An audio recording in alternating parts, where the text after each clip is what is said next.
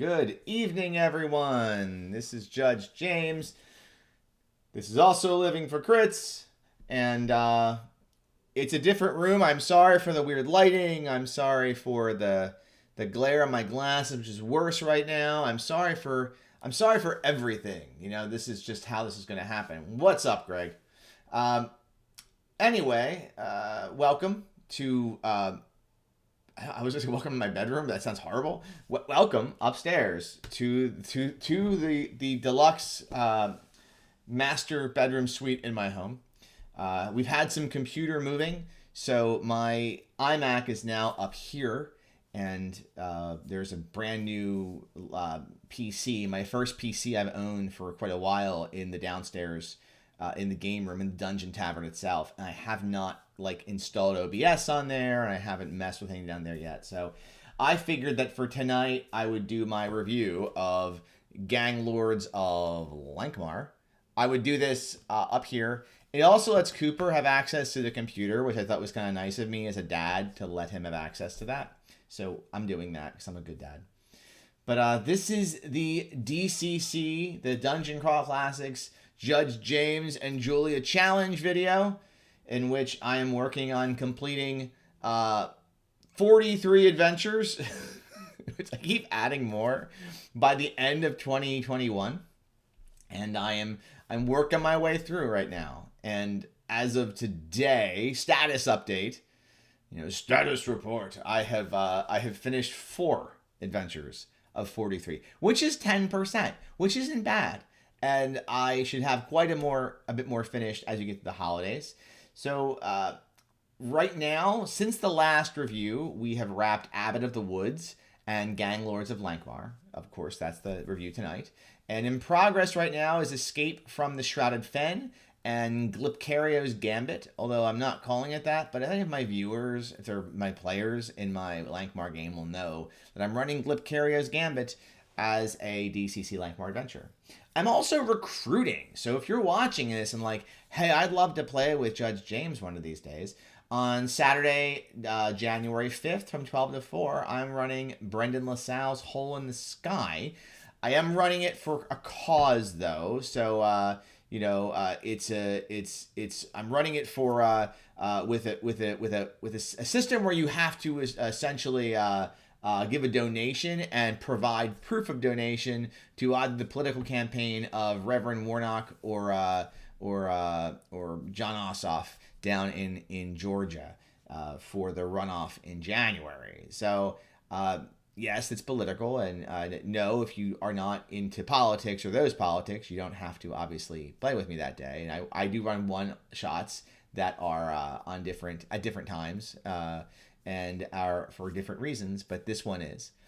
Brian McKay would love to play, but is on Australian time zone. I'm sorry. I have a friend named Reese who has played with us, and he's in Australia, but he's like a bouncer, so he works during the evening, and he has played with us during the day. He was in quite a few of my games, actually. So, Reese Carter, if you're out there, hope all's going well for you, and there's a little shout out your way. So, let's get into the review. This is a long one, because it is. Gang Lords of Lankhmar. This is a DCC Lankhmar first level adventure, and it is DCC Lankhmar number 1. It's by Harley Stroh. Cover art is by Doug Kovacs. Behold the amazing Kovacian art. Yes, Kovacian is a term. I've used it before. Interior cartography is also Doug Kovacs, which is great because, for me, since I screen share my maps through Zoom, and because I don't use those silly tools like Roll20 or Fantasy Grounds or anything like that, I just screen share and I zoom in. And you know what? When you have a Doug Kovacs map, it's great because you can do that and it looks awesome. The interior art is by Chris Arneson, Brad McDevitt, Doug Kovacs again, and Cliff Kurowski. They're great maps, right? And it is edited by Jen Brinkman. And I, again, like to point out that I'm going to always be saying who has put the adventure and produced the adventure together, who's put it together and produced it, because I think they all get credit. Not that Harley doesn't get a ton of credit for a wonderful adventure. And this is a bit of a different review for me, because I think this is a awesome adventure and I loved running it, but this is a challenging adventure to run.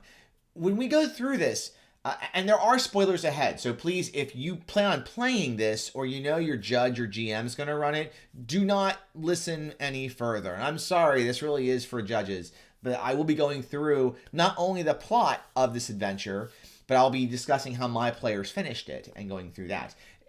And if you have noted me talking about other modules like Escape from the Shrouded Fen, and you're like, well, why didn't we get a review for that? He's already done that one already. I won't review them until I'm finished them, because I do want to say what's happened in the game and what the whole experience was. This is a complicated module, and there's a lot in it. There's a lot of meat in it, and potatoes. There's a lot of food in this module. Not literally, but there's a lot going on, and it requires a GM or judge to be very have a strong command of all the inner workings of this part of Lankhmar the adventure takes place in, and to be keeping track of multiple tools. And I'm going to get into those, but a lot of DCC adventures, I feel, are almost grab and go. You pick them up, you read it, get a solid understanding, and from your first read through, what's going to happen. And you can kind of, I don't want to say autopilot, but you can very comfortably, in a relaxed fashion, pick it up, read it, prep it, run it. Glipcario's Gambit, for instance, which I'm running right now. Awesome module out of Chaos Rising, and I wanted to run something between Gang Lords of Lankhmar and acting up in Lankhmar. And I wanted to do something that involves some stuff outside of the city. I had just finished reading Lankhmar 4 Swords Against Wizardry, and I like when Fafhrd and the Grey Mouser are compelled to leave the city, and I wanted to try that out between the two adventures. I prepped Glipcario's Gambit in 20 minutes. I read it once, went through it, and it was good to go.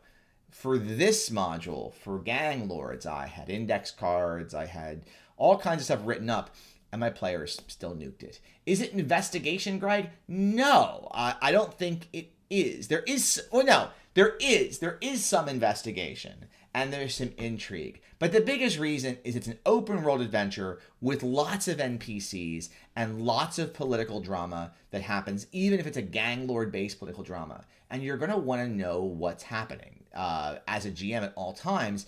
And for me, things got a little out of hand in a good way and in a really entertaining way. This is one of my favorite endings to an adventure, and it had nothing to do with what Harley wrote, but what my awesome players, Ron, Shannon, Andy, Paul, and Mark did at the table. They really made this one kind of special. So, spoilers ahead. Here we go. This is the general overview of Gang Lords of Lankhmar. In this adventure, the PCs are recruited by this horrific, grotesque gang lord named King Corval, who is a minor lord of a group called the Knife Twisters that inhabit this area. I'll show it on the map here. The map takes place, and everything in the game takes place on Squalor Row, which is this. You could place it in a lot of different places on the Lankhmar map. You could put it within any city block. But Squalor Row is where, there are 3 rival gangs, and the one is the Knife Twisters. Then they are...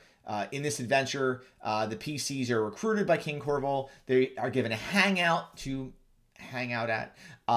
They have some regular pay, and they're given a mission. They need to disrupt the operations of a rival gang, the Pimp Street Scuttlers, and defend the Knife Twisters and their activities. And in this open world adventure, the player characters have an entire block to play with, from buildings to sewers to an open field for pit fighting. There's also a little dive bar called the Dogfish. And as the adventure progresses, the party has to fulfill duties for King Corval and take on not only the Scuttlers, but potentially also another gang called the 40 Owlets. And as they do this, they have to be careful not to raise the tensions up too much in the neighborhood. And if they do, if the violence boils over, the party can actually end the adventure prematurely, as it has raised the tumult, ends up raising the ire of the Thieves Guild, or it could call down the law and the city watch shows up. By module's end, you either have an entire city block in turmoil, or under complete, martial law, or maybe the PCs have control of their own gang and they're gang lords themselves. Anything can happen. So as I said, this is an open world adventure where the PCs have full control essentially after the first scene of where they're going to go and what they're going to do or explore. And there's the awesome map in there that shows Squalor Row, but it doesn't have to be confined there. While that's where most of the open world is, my player characters, they drifted out of town a bit, or out of that block. They had all of their meetings 3 blocks over somewhere that had nothing to do with Squalor Row when they wanted to meet together, so they didn't have to meet inside of a building called the Grindstone, which is the lair of the Knife Twisters. And I mentioned earlier that the judge has to keep a focus on some things occurring in the game, and there's like 3 factors in particular. One is the progress of time. The adventure takes place over a course of 8 or more days, and different things happen on each day. There are some days set aside for just exploration, but depending on how much time has gone on that the player characters have investigated, different things could occur. The next thing is neighborhood tension. I'm going to go through the tension tracker later. I think it's a really cool mechanic that I want to discuss under new material, and then you could use it in different adventures, especially if you want to do something that's open world, or if you want to do something that's more crime-based. Just a mechanic that says what happens if certain bad things happen in a city block. The last thing is the individual gang interaction. And, there are a lot of NPCs in this module, from the grotesque King Corval of the Knife Twisters, as well as Boss Letho, the somewhat undescribed or nondescript leader of the Pimp Street Scuttlers, which was a problem for our adventure. I'll get to that in a bit. And they all have their own lackeys and minions, and role-playing all of these NPCs, as well as any you create, I feel can be challenging. It could come across that a lot of them have the same voice. So I made the attempt, not well, to make notes in the margins. I do write in my modules because I don't want to get rid of them, as to how to have them talk. So I don't know if you do this, but this is a trick that I do. I eventually used index cards for this, but originally when I was taking my original notes, I put them in the module. And then I would have index cards for each NPC, and I'd put notes in them of different interactions they had, or offers that they made. Just as a for instance, Hrisite, he is the first he's the first minion of King Corval to meet the party. And I made a note that I wanted him to sound like the Joker, and that he would repeat the last word of his comment over and over again, or of his sentence. So that was a fun interaction in the beginning. The King Corval, when the party met him, I had him kind of all quiet and like sinister. And then I turned him into, there was an old sketch from a comedy group called The State, and it was about the Pope coming for dinner. If you ever get a chance, look up The State, the Pope is coming to dinner sketch. It's like one of my favorites, but there's in the scene it's some very stereotypical Italians that are preparing for a dinner where the Pope's going to show up. I'd mess with my mom. My mom's half Italian. I'd mess with it saying, this is like our family growing up. And she's like, what are you talking about? But in that, like all the people are like, the Pope is a coming. So I turned King Corval into that, it's like, hey, and he would, that was I wrote that down here. So like my notes just say, da Popa, and that's how I would do King Corval. I did it for everyone. For Boss Letho, that's where I started to break up. Boss Letho, I tried to do something where he had a high pitch voice, and on some days he was like this, and then some adventure it was like he was like this, and apparently I changed it a lot, and it became a running gag that Boss Letho's accent and voice was never the same. But with so many NPCs, you want to give them each a personality, and that's a challenging thing for a GM. When you're running a dungeon crawl, most of the time there's not that many NPCs the party's interacting with. But in Gang Lords of Lankhmar, there are well over a dozen, and many of them very important. So you want to capture that voice. A trick for that I also use besides those notes is to, name an actor you're trying to imitate. Although, to be fair, oftentimes it ends up being Christopher Walken in my mind and in the game, and Walken shows up a lot. Not that I do a good Walken, I just know how to try to do Walken and not do it well.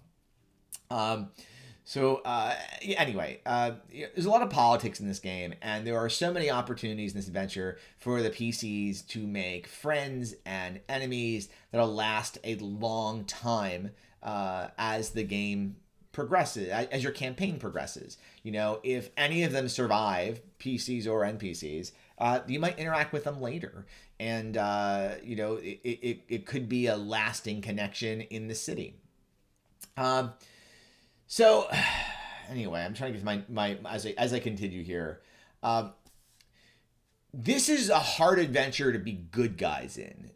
You're working for a gang, and you're being asked to do nefarious things as members of the gang. And if you're of a party of do-gooders, which shouldn't happen, at least in my mind, a Lankhmar adventure really should center around thievery and being brigands and just kind of jerks. I run my Lankhmar games without alignment. I think it's a freeing element, whereas I like to use alignment in DCC. I am a fan of the simple law neutral chaos alignment that DCC ascribes to. You could go evil real quick in this game, as our party kind of did in the end. I also feel like there's no need in this adventure to run it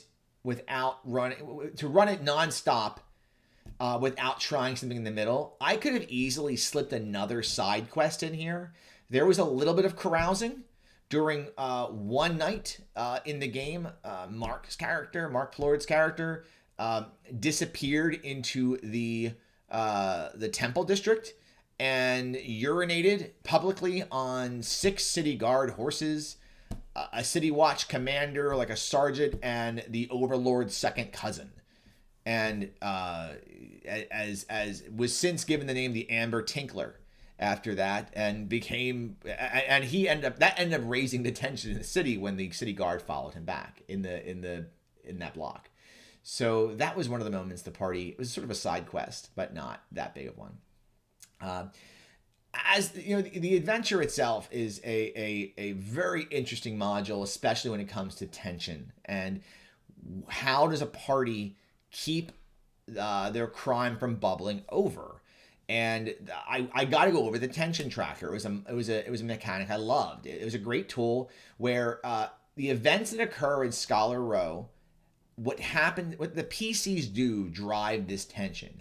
As the tension increases, escalating events trigger. At low levels, the gang's just eyeing each other up. But as the tension tracker moves up, brawls start to break out and battles ensue.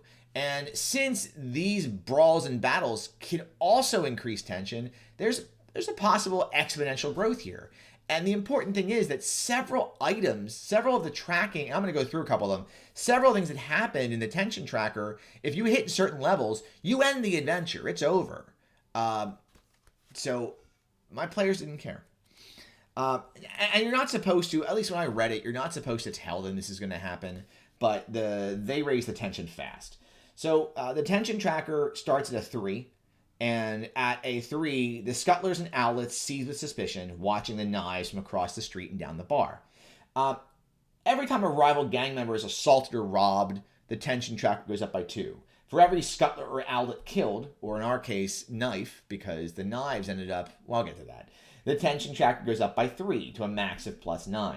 For each constable killed, it's +5. For slaying an NPC, it's important in the game, it's +10. Any buildings on fire is +15. And you'd think, well, who would do that? I thought that. I found out who did that. You can also reduce the tension by paying off rival gang members' tribute, or paying off constables or the Thieves Guild, or every night that passed without incident, or you could pay luck to reduce the tension. Which I I don't know. This is one of those things where I guess maybe I should have shared it with the party, but I never asked them to spend luck to reduce it. I never thought to ask them, "You want to spend luck to reduce the tension?" But I also didn't think it would go from 0 to 900 as fast as it did. All right. So let's say your tension's at a 3, and let's say the party spent some time yesterday assaulting or causing trouble for a rival gang, and they've pushed the tension from a 3 to an 8. Well, that would go into the next level on the tension tracker. And at an 8, the scuttlers and knives prowl the neighborhood looking for an excuse for a brawl. There's a 1 in 5 chance that at any time the PCs are in public, they are approached by a band of scuttlers. Unless the PCs are explicitly deferential, the altercation erupts into violence, fists, saps, clubs, not blades. There are 1d5 plus 2 thugs initially, with another 1d8 minus 1 answering cries for aid in the next 2 rounds. So you're at an 8 now. Let's say the PCs go ahead and kill 2 of them. And that's going to push this number up to from an 8 to plus 6, and now you're at a 14. Still within the 8 to 15 range. The next day, the 14 drops to a 13 because a day has gone by. But also this day, a neighborhood watchman comes into town, a constable, and the player characters get into an altercation there, and that ends up in death. That's plus 5. Well, that pushes things up into the 16 to 22 reaction table and the tension tracker. And there's a side for criminal activities and a side for lawful. Well, you could go to the lawful side and say, since this is a lawful element that's occurred, or unlawful, if you will, unaffiliated citizens begin avoiding the PCs. The streets empty out wherever the characters go. Respectable shopkeepers and vendors refuse to deal with them. Corrupt and craven merchants try to curry their favor. The rumors of strangers seeking out the PCs increases in frequency. And I love the flavor in here because you could use this flavor to tailor the evening's carousing, if they carouse. So when you get to the top of this tracker, you get past a 35 to 39. Infuriated, the Thieves Guild dispatches assassins to eliminate all 3 gangs. The Owlets and Scuttlers flee as soon as they catch word. The PCs somehow best their executioners. If the PCs best their executioners, they are forever hunted by the guild. And there is the death of the PCs occur. A bunch of assassins occur at that point. You'd have to get to 35 to 39. You'd have to skip a whole lot, or potentially rack up 24 points of tension in one encounter, which my players did. So that was a fun occurrence. So let's talk about how our party finished this adventure. So we had 5 players in the game overall, and there was some in and out. My friend Paul played for the first couple, but then he had to drop out of the campaign. And Ron in the game, Ron missed, unfortunately, the last adventure. So, but overall, we had 3 to 5 players, and we had Squat, who is a ranged warrior from the Mingle Steppes, played by my friend Andy. We had Frith the Ferret, the thief from Lankhmar, played by Mark. Marvik the White, a wizard from the Land of 8 Cities, played by Ron. Fung, the warrior from the Mingle Steppes, played by Shannon. And Malaclips the Younger, the wizard from the Land of 8 Cities, played by Paul. Now, I love their names because they have some really great names of the characters. Also, then at King Corval, doing his stupid, somewhat fake and stereotypical Italian, New York Italian accent, he came up with nicknames for all of them. I put Squat. It was Quat, not Squat. Oh man, I felt bad. Squat was the ranged warrior. Why did I write Squat? It was Quat, not Squat. Oh my god. I feel terrible now. But he came up with funny nicknames for them. Oh my gosh, Andy, I'm sorry. I was calling Quat Squat because I don't know, it was so easy. Now I lost track of what I was trying to say because I'm making fun of Andy's character by accident. So King Corporal made fun of their names and came up with some. And one that was a challenge was he came up with nicknames for many of them.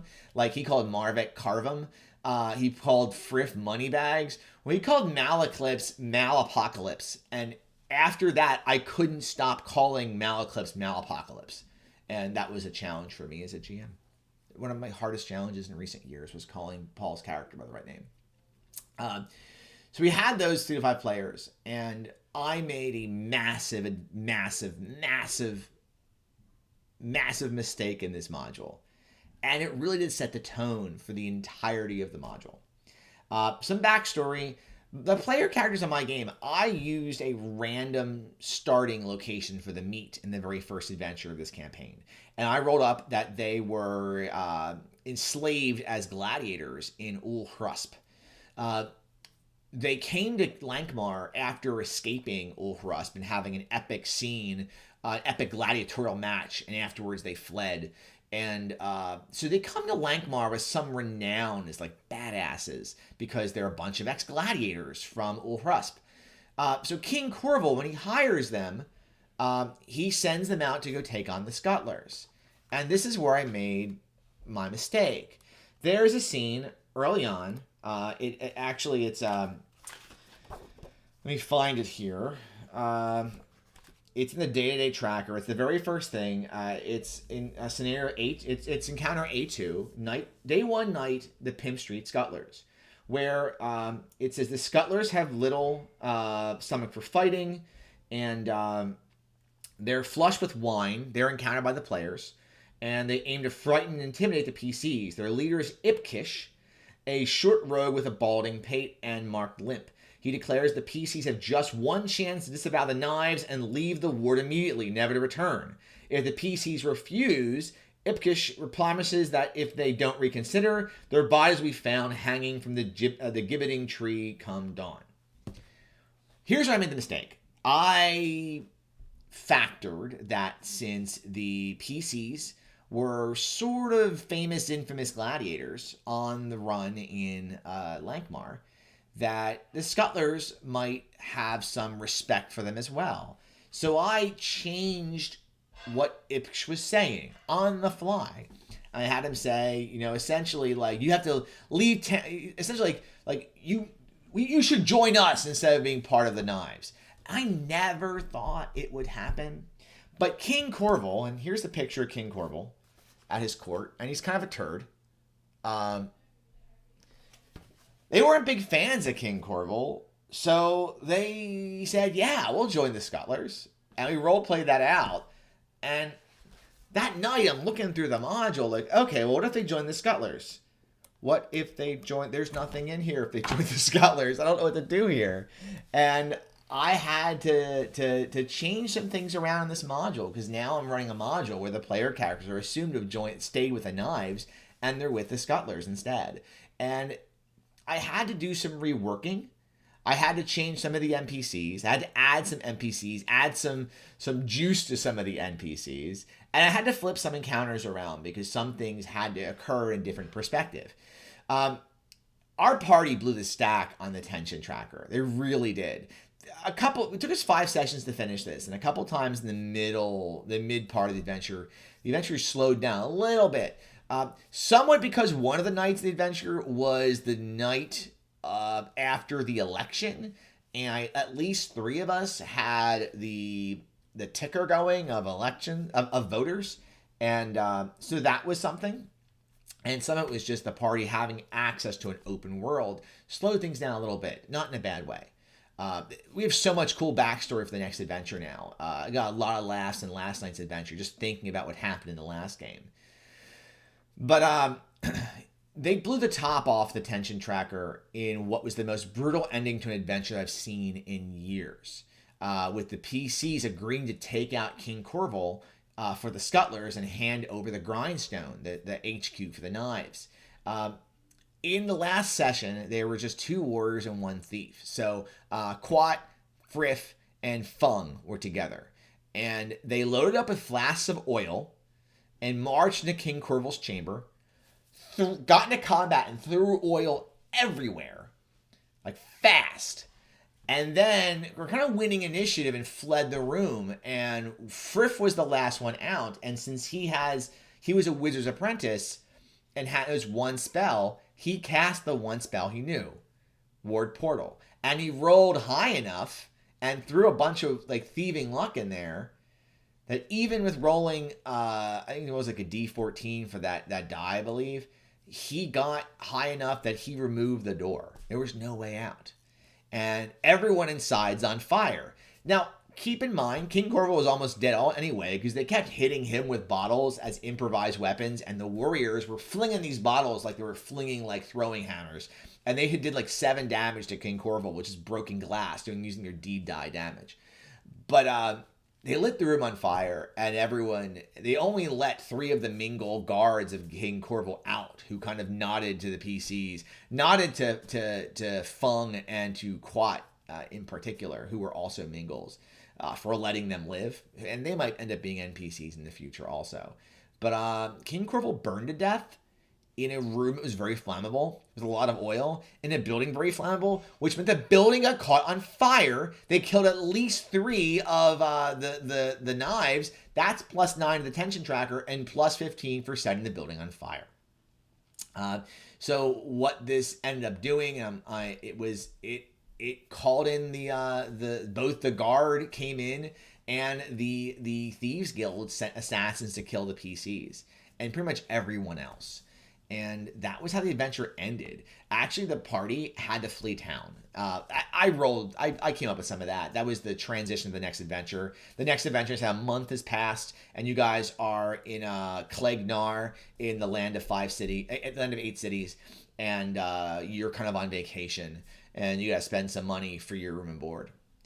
I didn't have the heart to tell the players, and I thought about using this, but I didn't, so they can rest easy. King Corvo's not coming back. There is a secret chamber to get out of King Corvo's throne room through a back entrance. You can actually infiltrate it from the sewers, which they never found, that entrance into his chamber. I was thinking about having King Corvo slink off on his own. But the fact that they caused like 7 points of damage to him, and he would have taken 2d6 fire damage, at least maybe 3d6 to get to that flaming pile above the trapdoor, he wouldn't have made it. So, but you never know. You never know who survived that last encounter. The PCs did survive the assassination attempt, though. Overall, a great adventure, but detailed, a very detailed module full of complications that you have to be aware of before you run it. Read this module and then read it again before you run it. Don't expect that this is something you can just breeze through. I don't think you can. And this is not a con module. You're not going to want to try to get through this in 4 hours. You could maybe import the tension tracker into their module, maybe set the characters up in one of these gangs and run a different adventure based in Squalor Row. I think there's a lot of great detail. So this could be almost like a source book for that area. You could have a full campaign there if you wanted to. If you took the tension tracker out or modified it a bit and didn't have those limits where you could actually cause a lot of hell in the game, you could do something where, you run, 15 games here, 15 sessions here, and then start bringing other modules in to occur within Squalor Row. You could do that. You want to have note paper, you want to have index cards, you want to have a printout of Squalor Row if you're playing in person post-COVID. I kind of wish that there was a blank map. That's one thing I really do like or love about the Purple Sorcerer Adventures. There would have been a blank map that I could have shared, and this one had notes on it. Notably, places where the sewers come up, and you could, if I showed this to the party, they would know what was where. I showed it anyway. But don't be afraid in this adventure to let your players just go off, explore, and have a really good time. That's what makes this a really great module, is the players drive it. So it's long, 10 hours for us to get through. Could have been longer if they didn't nuke the site from orbit, but it was a good time. I will post a link to the adventure on the YouTube notes. Otherwise, just look up Dungeon Crawl Classics, Gang Lords of Lankhmar, and go purchase it and enjoy it. If you were a Kickstarter backer for DCC Lankhmar, chances are you have this module and it's worth playing. I don't know if I'd run it as a meat. Most all DCC Lankhmar campaigns should start as a meat first. I wouldn't run this adventure as a meat. At the very least, if you're not going to run one of the other meat adventures, and when I say meat, M-E-E-T, obviously, and a meat could easily be something such as No Small Crimes in Lankhmar or the Madhouse Meat are fantastic meat style adventures. If you're not going to run one of those first, you could use the random meat generator in the Judge's Guide to Naywan. It's in the back of there, I believe. So, all right. Well, just to wrap up here, if you enjoyed this video, if you enjoyed the Twitch stream, because I'm on Twitch right now, please share the Twitch channel with your friends, especially fellow DCC fans and aficionados. And if you enjoy the YouTube side of this, please like, comment, and subscribe below. If you've run this adventure, I'd love to hear more about it and hear your thoughts on how your players got through it.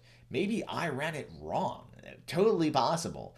Even though I read it twice, there were some segments that I wish I had explored more of, because we did do a lot in this adventure that was sort of off the cuff. So, but dust off those unplayed DCC and MCC modules. Get playing. Judge Evie and I'll be back on Sunday night for Living for Crits. We don't have a topic yet, but we will. So have a great evening, and I will see you all on Sunday. Bye-bye.